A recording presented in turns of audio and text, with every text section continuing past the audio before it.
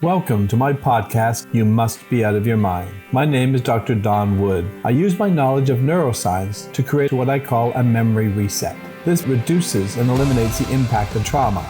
I can't wait to share with you how the impossible is possible and why you must be out of your mind. So welcome to another episode of You Must Be Out of Your Mind. And as you know, we always bring on great guests who provide some amazing insights.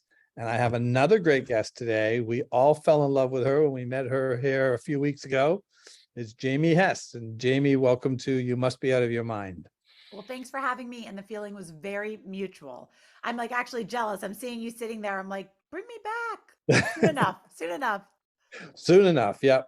So I'm just here in sunny Florida, and Jamie had come down and to experience the program that we do at the Inspired Performance Institute. And then we are going to be doing a retreat together. So doing what you do as well, adding that in with what our program is, which I think is going to be an amazing experience for people. So can you share a little bit about what you do and the message that you are helping people with?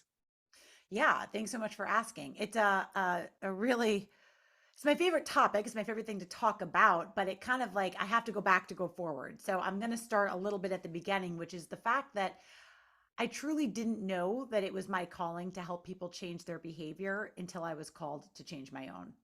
And I've shared with you some of my struggles with darkness and addiction. It's been ever present throughout my life, but it's something that I know I'm constantly a work in progress. And the first time that I really put a pin in what was going on, I was 23 years old. I was living in New York City. I had the life I had always dreamed of. I had the fancy job in public relations. I was like this it girl. And I was hopelessly addicted to drugs. Like I could not hardly get out of my apartment, let alone show up for work properly. So I had this whole life that was pretty much my dream. And I had this white light moment of clarity, which I had, by the way, several times again in the years since. I think we're constantly these just circular versions of ourselves where I just said, if nothing changes, nothing changes. Right. Right. And we have to take these honest assessments maybe every couple of years. At that time, I knew this is too much for me to handle alone. I reached out for help. I called the one person I knew who had gotten sober.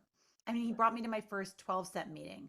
And for me, 12-step recovery in the beginning, it really worked. It really helped a lot. And I got sober. And life was really good for several years. And then I had babies, and my life that had gotten so big kind of just rolled on, and recovery took a back seat, and life took the driver's seat. And I had what we would call a slip. It's funny, in 12-step recovery, they call a slip sobriety loses its priority. And that's exactly what it was. Right. Yeah. And the slip wasn't with drugs, though, it was with food. And so for the first time, I realized I was using something again addictively. Right. Um, but it wasn't substances. It was food. I was self-medicating with food. Now, what I realized in that moment was this crazy double standard that we have as a society. I had really no problem raising my hand and saying I'm a drug addict because it's pretty common. I mean, at least in the year, we're here we are in 2022. You're an alcoholic, you're a drug addict. You go to your boss, you say, I need to go to rehab, I need some time off. The Family and Medical Leave Act will cover you. It's against the law to fire you. It shouldn't be so shameful. But imagine Yep. going to that same boss and saying, I cannot put down the fork. I Yeah. can't close the refrigerator door. Right. We giggle when we even say it because it seems so silly, but it's so not. And so I realized the parallel lines between addiction and addiction, right? Yeah. Addiction is addiction. Yeah. Once I got kind of essentially sober from my issues with food, which were not small, it wasn't like I was having a couple extra, nibbles of candy here and there. I was suffering with binge eating disorder, bulimia. They were pretty big issues. And once I reached out my hand for help and I kind of started going through a recovery process, I realized recovery is recovery. It's all the same thing. Yep. That's what led me to, at that point, I was already a fitness and wellness influencer online known as NYC FitFam. And I realized I had to stop just espousing what essentially was toxic positivity. That's what we do on Instagram. I'm fit. you can be too. Look at me. This is what I do. And it's like bullshit. And behind it all, I was crumbling, right?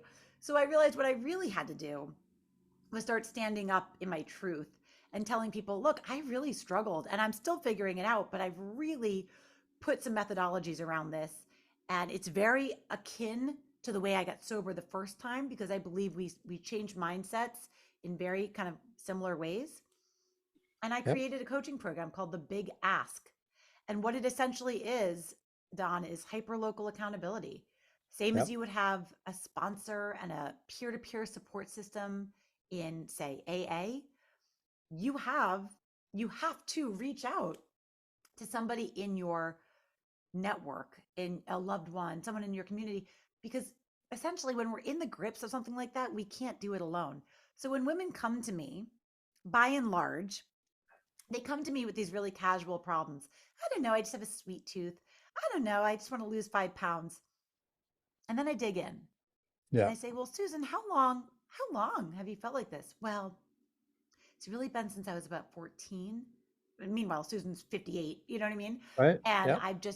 it's just been this monkey on my back and I haven't stopped thinking about it. And I go through bouts with binge eating and I've never told anyone that. And there's so much shame and a lot of it comes from trauma and all of this stuff. And it's like we trivialize the issue with food and we tell people that they should just be able to fix it on their own or use a little app or take a little walk. This is like deep emotional work, and it really does take, a peer-to-peer network or a support system and accountability, because if you could have done it on your own, Susan, my dear, you would Hmm. have done it sometime between the age of 14 and 58. But if nothing changes, nothing changes. So my community, the Big Ask community, is really based around accountability and helping people recover from not just food shame, but all sorts of kind of isms, I call them, right? We all have our isms. Well, what's amazing is if somebody looks at you right now, they're going to say, "There's no way this lady had a problem with any of that. You Yeah, don't look like that." right. Right. And so what I think is so great is that you're able to share that because of all that shame and guilt that gets around it.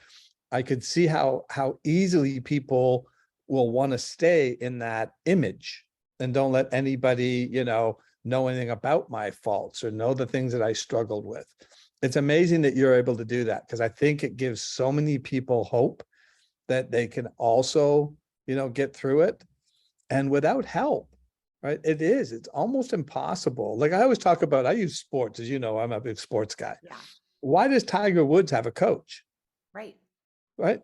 He's the best Absolutely. golfer of all time.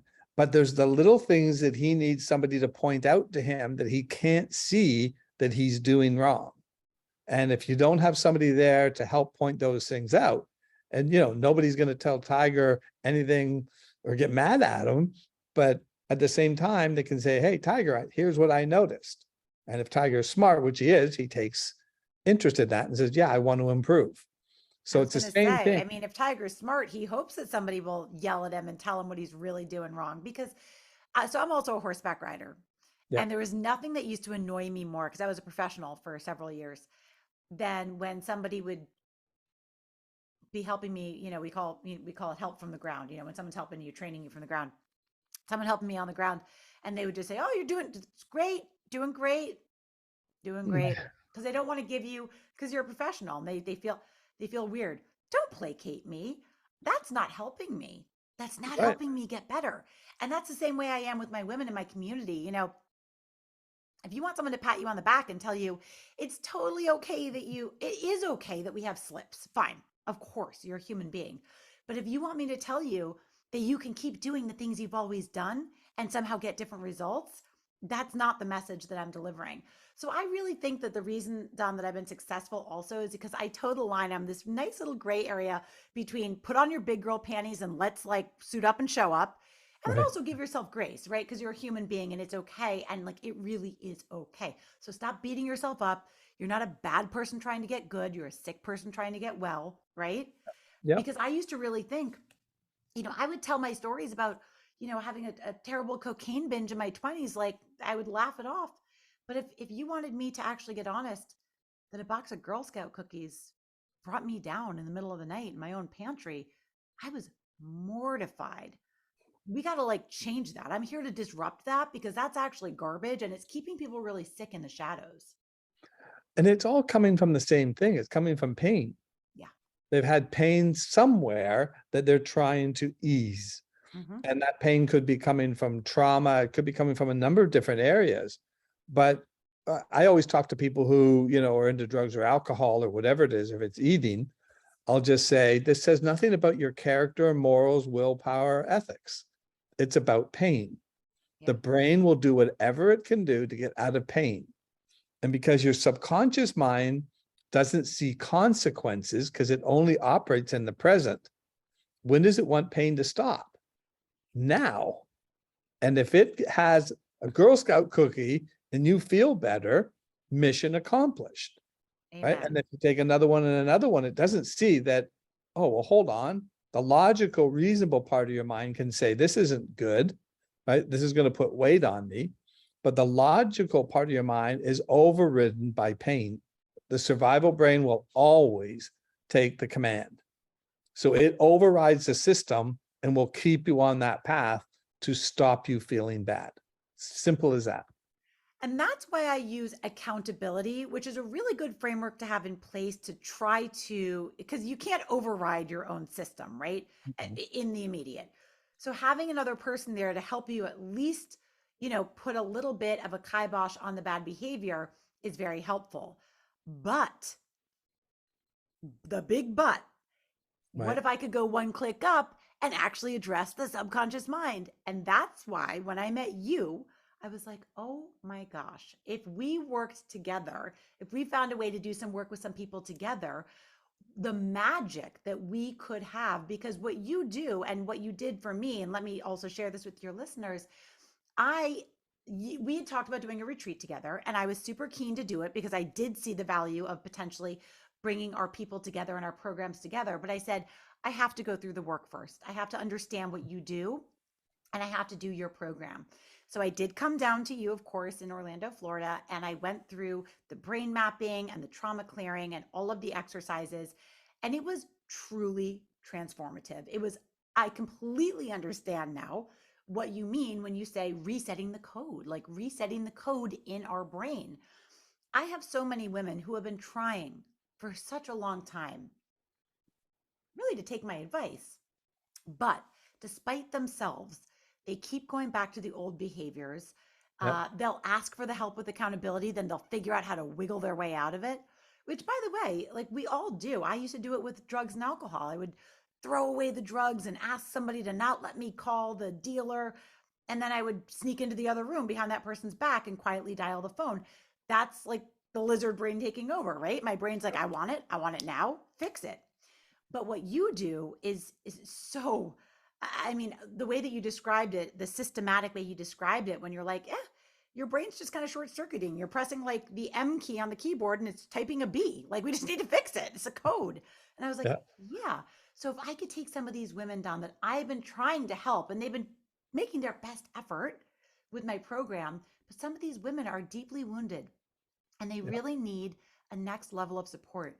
And the opportunity that's in front of me that I can bring some of these women who I cherish and I've been working with for a long time, that they're going to come down with me to see you and do some of this deep trauma clearing work and then leave with a game plan and marching orders from me. It fills my heart with so much joy to think of what their lives will be as early as February of next year. Like, I can hardly wait for them. And it's so true, because if you don't get to the root cause, what you're doing is painting over rust. Hmm. And it's great paint, Yeah. right? But Yeah. the rust will bubble up through the paint. Mhm. So what we're going to do when we do this retreat together, this is the kind of work that I think is so great, because what you're doing is so valuable. The only issue they're having is they can't override it. And they can't override it because of the way our brains work. It's a system overload.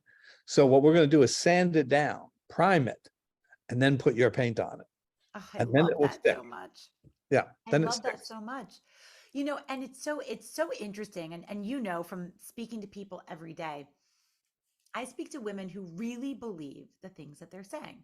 They'll say to me, here's the plan. I'm going to get up every day next week at 5 a.m. and I'm going to do Barry's boot camp at 5:30, and then I'm going to do Soul Cycle at 6:30, and then I'm going to eat broccoli all day.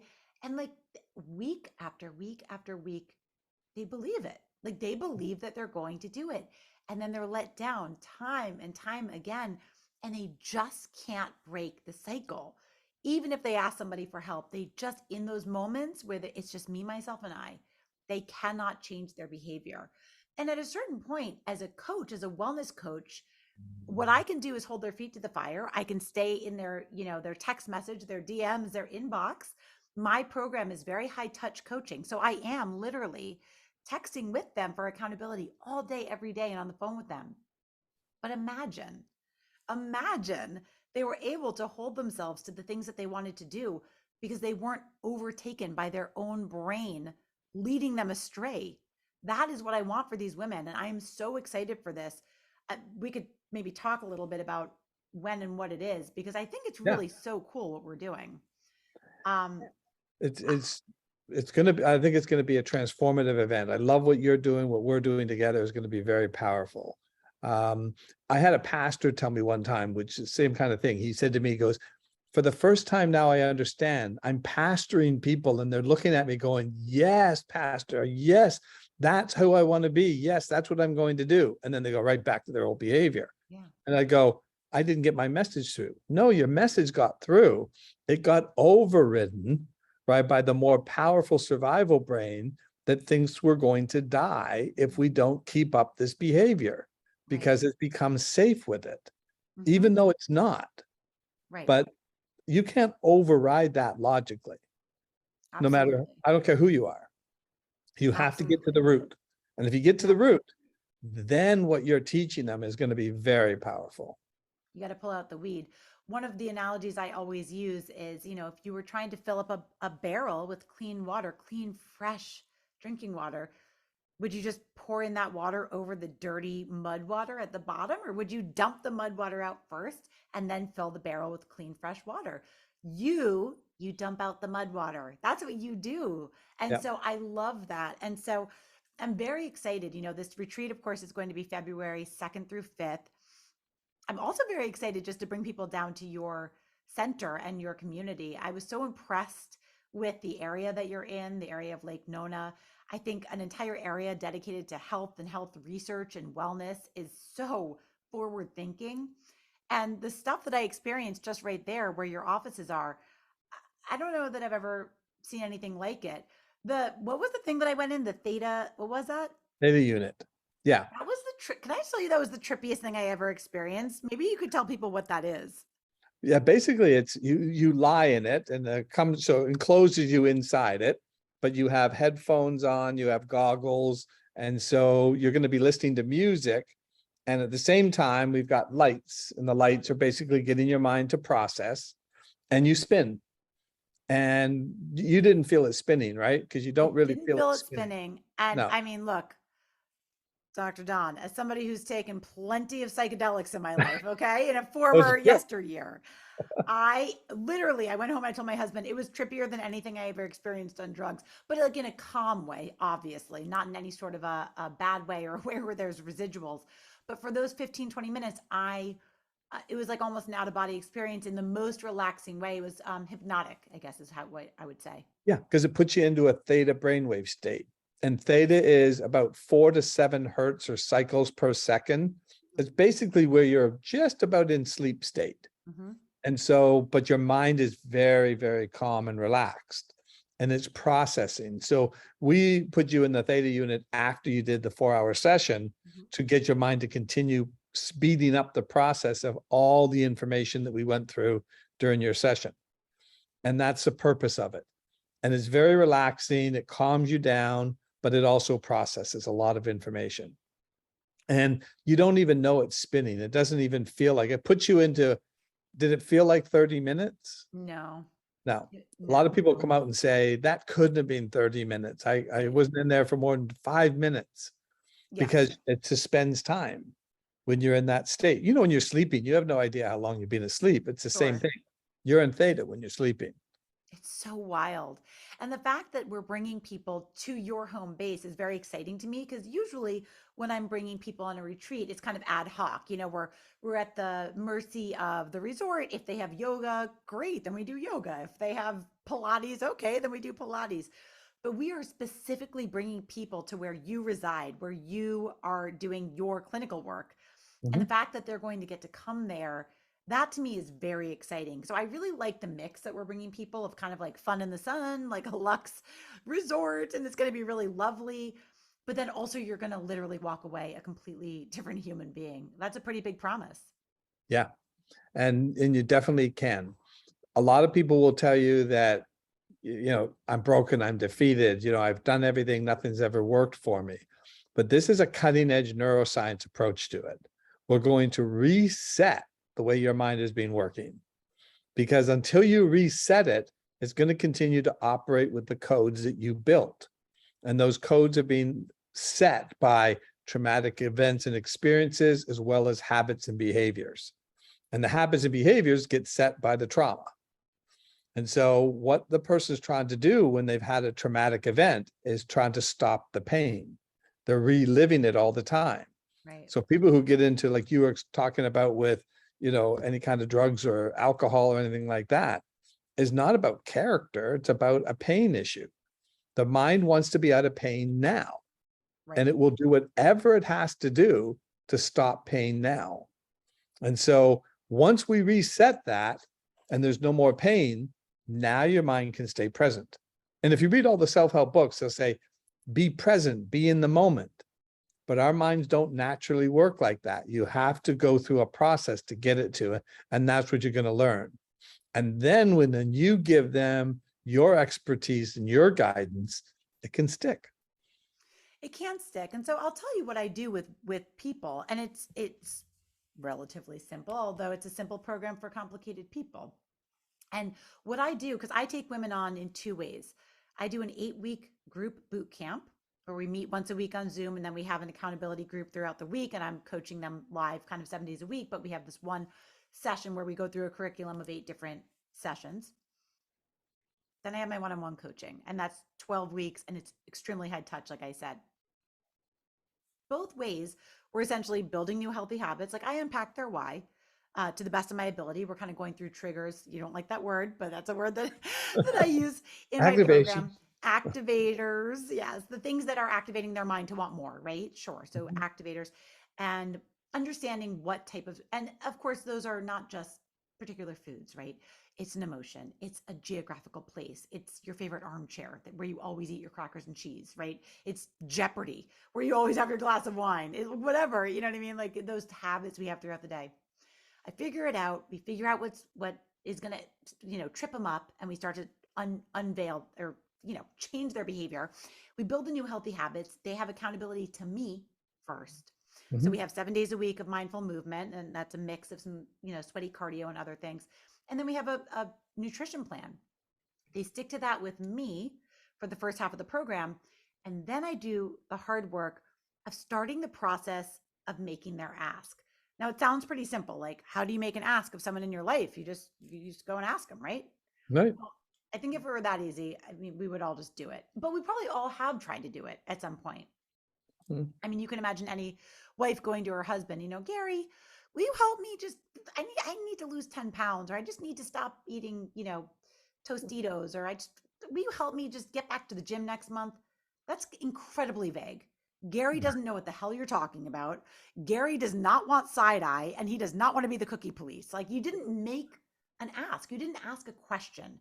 That's a vague request based on a moment of not feeling good about yourself that you kind of threw in his direction, and then somehow it's going to be his fault because so often delegation becomes abdication, right? Well, I Yeah. asked him, he didn't help me because you Yeah. didn't ask him for anything specific. So I go through a process with women where we map out, what is it that you need help with? What are those activators? What is the problem? Mhm. And then we actually do a script. We write a script. So you are I prepared love to make that. that ask. We Yeah. role play it in the big ask because you might lose your nerve. Gary might look at you funny because he's like not really sure where this is going, or you might feel judged.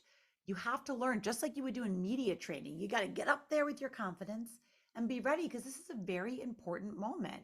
I also have my women lead with their vulnerability story. The same story I just told you about the drugs. Had I called my friend Rex, that was the guy who was sober, and just said, "Hey Rex, I'm having some issues," and I'd kind of downplayed it because I was embarrassed. I don't know. It's kind of like I'm kind of having some issues. Do you think maybe I could try that like recovery thing? He'd probably be like, "Oh yeah, sure, I'd be happy to talk to you about it sometime. I'm actually on my way to work though. Can we talk next week?" But when I called him and I was like, I'm like on death's door. I've been up all night. I don't think I can, go an hour without using these drugs, and I'm sick and suffering. Can you help me? He was like, Wow. I will be there in an hour. Beautiful. The level of vulnerability that you have to have if you want to make a serious ask, it's pretty high. So I Yeah. coach women to actually get ready to share their story. And when it comes to food, we tend to giggle, we get really embarrassed. It's really hard to tell Gary that our hypothetical husband, that when it's 9 p.m.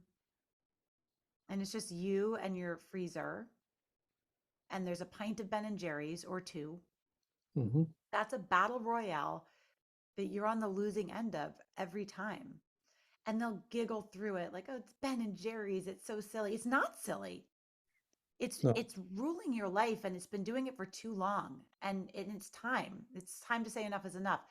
So that conversation, as difficult as it is and can be, I really help them like prime the pump, because if they don't go in there guns blazing, Gary really doesn't know what he's being asked, and he really doesn't know how much you need help. So we go in with a really targeted ask, and our women leaving our retreat, after our weekend, they will have a clear call to action. So they can then leverage their newly cleared brain, right? Their reset brain, their cleared trauma, and their ability to think clearly and operate more holistically. And then they'll actually have a plan of action to carry it out. Yeah. And that's the key, right? Is you've got to have an act. I love what you're saying is make it very specific, because you're right. It's very easy to go to somebody and say, "Can you help?" And then they say, "Sure." And then you say, "Okay, good." And then, then Gary turns around and says, "I can help you stop eating Ben and Jerry's, but that doesn't mean I have to stop eating Ben and Right. Jerry's, does it?" Right. Right. So you have to be really clear on the plan. Otherwise, And by he the way, doesn't he doesn't have to stop eating the Ben and Jerry's, but he might need to stop eating it in front of you. want of you. Like there's, because you're not asking anybody else to change their life. That's their journey to take, unless they want to. That's great, but they don't have to. But there might be a concession that he has to make so you're a little more comfortable. And if that means, like in my house, the Ben and Jerry's specifically is one of those concessions. I have two little kids. They like ice cream. That's okay. But we decided to get a second fridge freezer out in our garage. And did you know that on Amazon, you can buy a lock for your freezer? Hmm. It's like Really? $10. And I asked my husband, I said, ice cream was my binge food back when I was bulimic. You're traveling a lot for work. I don't feel totally comfortable having ice cream in our freezer, because even though it's been a really long time since I did that, I don't want to have to do mental gymnastics when you're traveling. Should I? Shouldn't I? Should I? Shouldn't I? Could get away with it. That's what my brain Mhm. does to me. After all this time, I haven't acted out in that way in many years. After all this time, he leaves, the garage door shuts, and I'm like, what can I get away with? Yeah. My brain is just wired that way? Yeah. And so, in order to help me take that one off my plate, so I don't have to do those mental gymnastics or jump through those hoops, you know what he does when he leaves? He locks up the darn ice cream in the stupid outside freezer and puts the key somewhere, and I don't have to worry about it. So, those Yeah. are simple things, but you know what? Most people would be too embarrassed to say, "Could you lock the ice cream in the freezer?" Because it doesn't feel like you should need to. But somehow it Right. would be okay if we would say, "Hey, I don't feel comfortable when you keep beer in the fridge if you're trying to not drink alcohol." But you should have the same type of grace with food, because it's just that hard, if not harder, because we actually have to eat. We can't abstain from food. So we're still triggered all the time. Yeah. And again, people look at it as a weakness, but Mm-hmm. it's not a weakness. It's a way our brain works. Our brain is going to create actions through emotions, through feelings, through sensations. That's just the way it operates. And if it has pain, it wants to stop the pain. And so what did you use before that worked? And that's what your mind is going to find. So you traded the drugs for food, Mhm. right? But it was the same thing. That could have Yes, been shopping, that absolutely. could have been 1,000 different things. There's a guy, a very famous guy, Dr. Gabor Mate. I don't know if you ever heard of I've him. heard of him. Yes. Yeah, he had a shopping addiction for classic music. Mm. And he talked about it was so compulsive that he could be in the middle of an operation. He was a doctor, and he would excuse himself to go to a record store to get that special record. Oh my God. Yeah. Now, this is a guy who's highly functioning. He's a Right. doctor. He's doing an operation, right? It's not some guy that's falling down on the street, with, looking for a needle. Right. This is somebody who, people can be very high functioning and strong and come from great backgrounds, have great families, have all those misconceptions have to get thrown out. We have to start throwing away that belief that there's something, wrong with this person or their upbringing or no, I mean, they can get into that very easily. Well, it's so funny. A girlfriend of mine had heard my TED talk. I just did a TEDx recently, and she had stumbled across it on the internet. Oh, it was great, by the way. It was really good. I Thank you enjoyed so it. much. Yeah, I love it. You told the story so well that people could so relate. If they have any of those kinds of issues, you were so real. That's what I Thank you. loved about it. It was genuine. I really appreciate that. This gal I had actually grown up with, and she had brought me to my first rave, which was I'm a child of the 90s, so that was where I started, where it all started. We had the rave scene, and it wasn't like it is now where they're big concerts. I mean, it was underground and it was dank and dirty and just fabulous, right? Just Right. very, very like, naughty. Um, she brought me to my first rave. She texted me after hearing my TEDx, and she said, you know, secretly, I saw, she said, I saw your TEDx. It was so fabulous. And someone's at the side door doorbell. Sorry, my Google just made a noise. But she said, I've always secretly wondered if you blamed me for taking Oh, you to that first party. And I said, Christy, you have to understand, like, I was wired to be an addict. It would have happened that day or the next day or the day after that. Like I was, my dog is barking. Like I came out well, of the that's how womb. real you are, right? So Yeah, exactly. that's a perfect metaphor for your TED talk, right? You were so Exactly. real Like that you're still being real. You got dogs barking and doorbells ringing. So that's there's cool. always dogs You're barking, being babies real. crying, something going on. But I came out of the womb needing a drink. It's just how I describe it. I was just one of those people that was just looking to escape. And one of the things I really like that you had brought up, because when I was first talking to you, I said, I don't really have any trauma. Like I wasn't abused. I had good parents. Like I really kind of downplayed it. I think we all have our things, right? And so, however you interpret the world, you explained it to me as there's big T trauma and little t trauma. And we all have our baggage, right? Yep. And we justify it too. So a lot of times people say, well, I didn't really have any major trauma. I had one gentleman, this is a good example. This is pretty extreme though. His father was very abusive, beat him all the time, right? And he said he saw his father one time, he was at a gas station and his dad told him to put the fuel up the car. So he's fueling up the car, and as he took the hose out, I guess it splashed on the car next to him. And the guy in the other car turned around and slapped, him. Well, his dad gets out, right? And literally almost killed him. Beat the guy to such a pulp. Oh my God. And so anyway, I said, well, this is not normal childhood, right? To be growing up in. But you know what he said to me? He said, I understand that. He says, but I really think the beatings toughened me up. I think they made me who I am today. So I don't think it was bad, Yeah. spare the rod, spoil the child kind of thing. I said, that's not the same thing.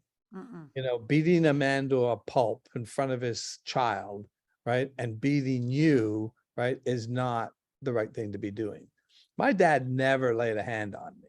ever once. I never laid a hand on any of my children. And that didn't mean I wasn't disciplined.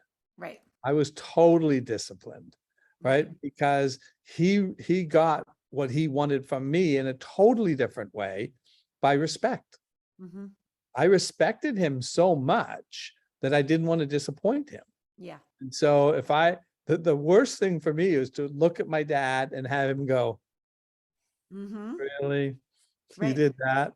That was like, you know, a Yeah. stab in the heart. I didn't Yeah. want to disappoint him. Same with my mom. Absolutely. I do think it's interesting what we kind of put up with and permit. And when I look back, I really believe that when I said that to you, I was like, I don't have any trauma. I mean, not only do I certainly have some trauma from my childhood, nothing that my parents did to me, but there's stuff that Yeah. happened. But like, I was a rampant drug addict and put myself in some pretty questionable, terrible situations. But again, I feel like I did it to myself. I kind of deserved it. I was out there living that life. But it doesn't mean that you need to just live with it and carry it around like a bag of rocks for the rest of your life, right? Like you could still just fix it and walk away from that kind of web of shame and the way that it kind of has a hold over you.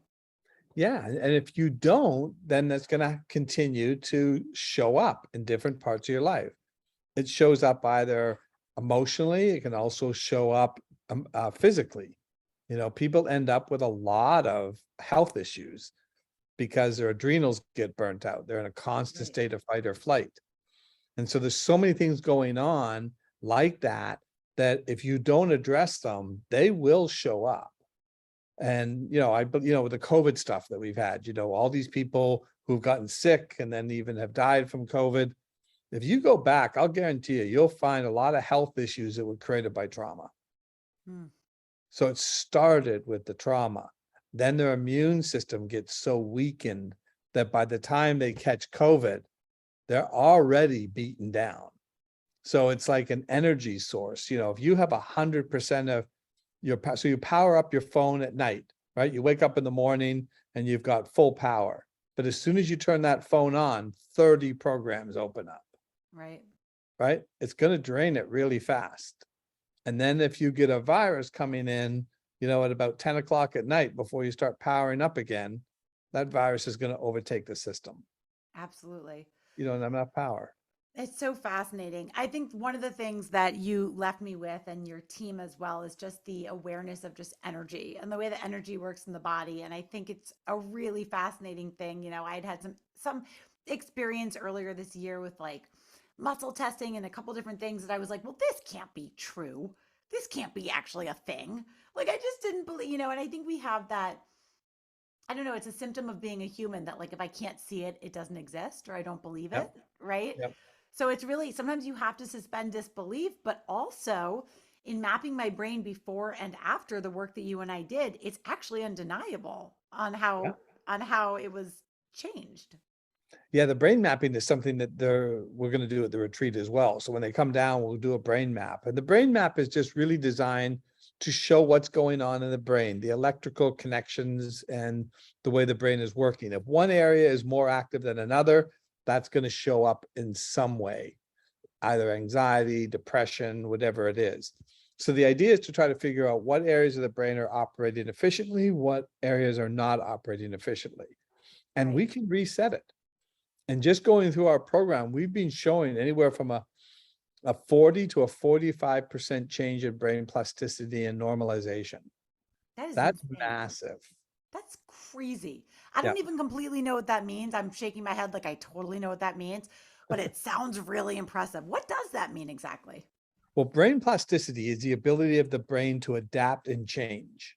So if you're stuck in a pattern, right, and you like addiction can be a pattern, and you can't get out of it, it's because there isn't enough plasticity. The brain can't actually figure out how to get out of it. So it's almost like room to grow, right? So you've got a size 12 foot and a size 10 shoe, right? But if we can get the plasticity of that shoe to go to a 14, now the foot can move around and can make some changes. Makes So you're sense. not stuck, right? So plasticity is the ability of the brain to grow and make changes, new neural pathways, new habits, behaviors. And then normalization is if one or two areas of the brain are underperforming or overperforming, it can go back into performing at the right levels. It can normalize. And one of the reasons it doesn't is because, for example, if we see a lot of people with, say, post-traumatic stress, they're going to have the temporal lobes and the occipital lobes that will be very active.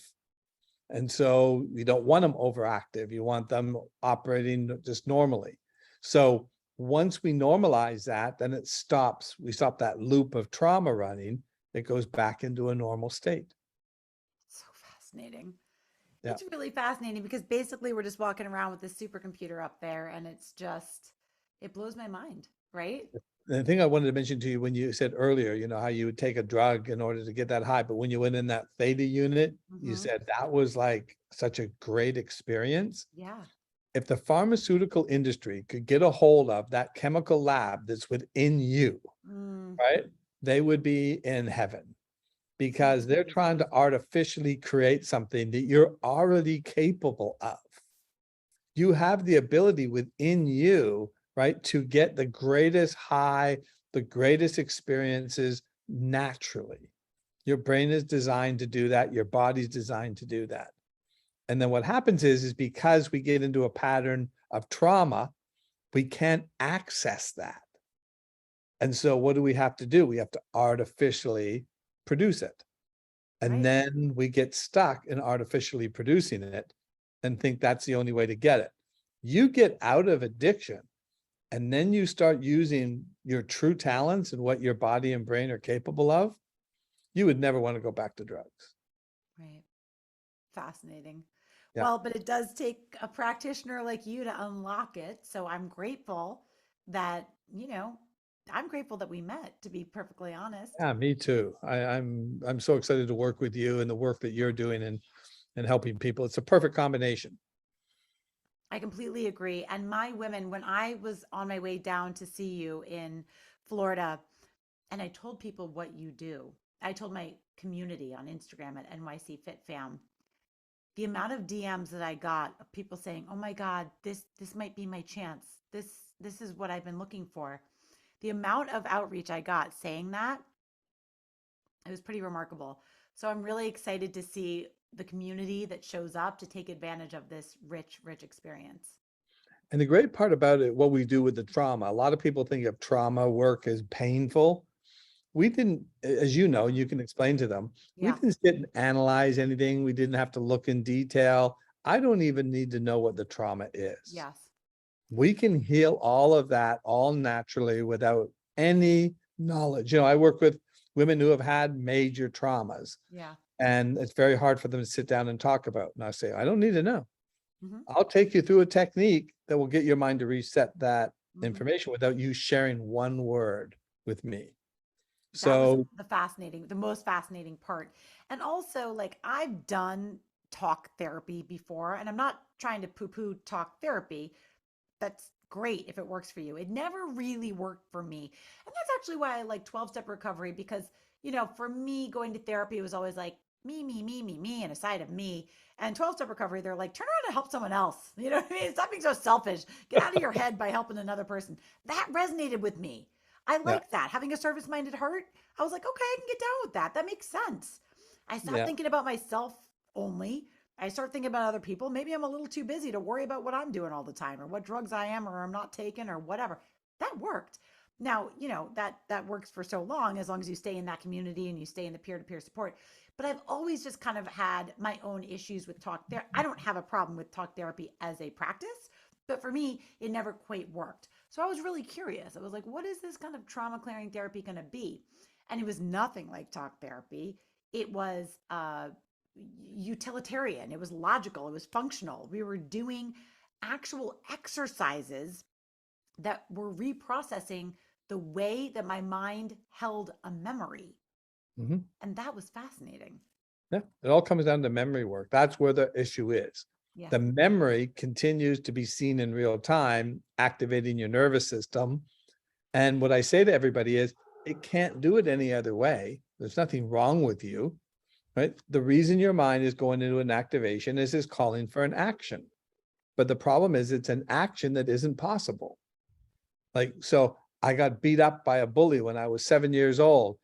My mind's not okay with that. So my mind's going back to that 7-year-old saying, fight back. Right. Well, it's not possible. Right. But your mind doesn't know that because it keeps thinking that bully is bullying you now. Right. Because your subconscious has no connection to time. Everything is now. So it doesn't know if you're 7 or 27 or 57. Everything is now. And your mind wants it to stop. Don't let that happen. Fight back. You know, I've worked with so many different people, you know, who have had, say, a car accident. And they'll say, every time now I get into a car, right? We had a lady, there's actually a phenomenal testimonial on our site of a lady who was having, she had a car accident. For 1 year, she couldn't drive. She was having panic attacks, anxiety attacks as she got behind the wheel. She came in to do the program, and she was actually coming in to do one of our group ones, like we're going to do at the retreat. And she had her husband driving her, and she was videotaping herself. And you could see her eyes darting. She was petrified, even in a car. And she came and went through the program. And when she left, she got home, she videotaped herself driving around the block and laughing, going, I can't believe I'm driving a car, right? Like, I'm not having the fear of driving the car. Like, how could they do this in 4 hours? That is so wild. And 4 hours. 4 hours. And what was happening is that every time she got behind the wheel of a car after that accident, what would her mind think about? The accident. Sure. So when was the accident happening? In her No. mind, it was happening right now. Yeah. So it says, get out of the car. Right. Right. Don't get behind this wheel. We know what's going to happen. We're going to get into an accident. That's what it kept looping through. So you could see why her mind wouldn't want to get her into a car. Yeah. And it would try to get her out of the car. Trying to hurt her? No. Trying to protect her.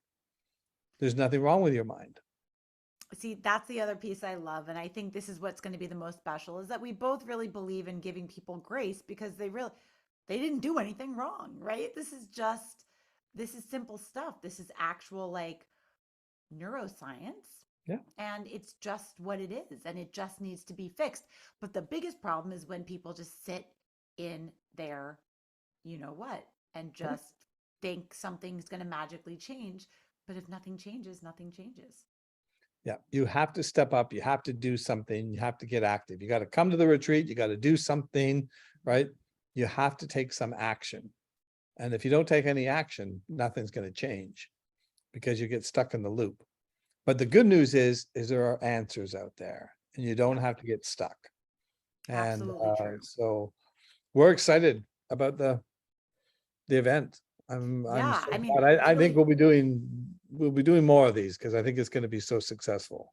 I completely agree. And it's really fun when, the answers to these, life's really hard questions also come with like 3 days at a fabulous hotel with like meals at Michelin rated restaurants and fabulous wellness activities. Like there's so much here, and in addition to the clinical work and the life coaching and all of that, it's also, fun and community building and it's just going to be a really good time. So, if anybody is interested in learning more about the retreat or signing up, certainly, obviously, of course, you can reach out to Dr. Don. You can also reach out to me. I always share my email address. I'm an open book. It's Jamie, Jamie at NYC Fit Fam. I'm the question answerer. So I'm always happy to take people's questions and help people get signed up. I'm pretty sure this is going to fill up pretty fast. So if it's something that you have in mind, think about this would be a great Christmas gift to give a loved one, don't you think? Think about that. Yeah. This would be a great Christmas gift for like a husband to give a wife or a couple to give each other. Like this is not just for women, this is for everybody. So like if couples want to come together, that could be really, really powerful. Yeah. And we're trying to make it so we're not having a massive amount of people. It's going to be fairly intimate. So you'll get a lot more, hands-on and get to talk to us a little bit more. So I'm excited about it. I know you are too. And our whole team here are excited to put people through, get you into the theta chamber, spin you around a little bit. Totally. Trip you out. That's right. Amazing. Well, Jamie, thank you so much for doing this. This has been great. Like I said, we fell in love with you the minute we met you, and we're looking forward to not only the retreat, but just working together in the future, and for coming on the podcast. Thank you So so much. I can't wait. yeah. So again, thank you everybody for listening to the You Must Be Out of Your Mind podcast. And there it is.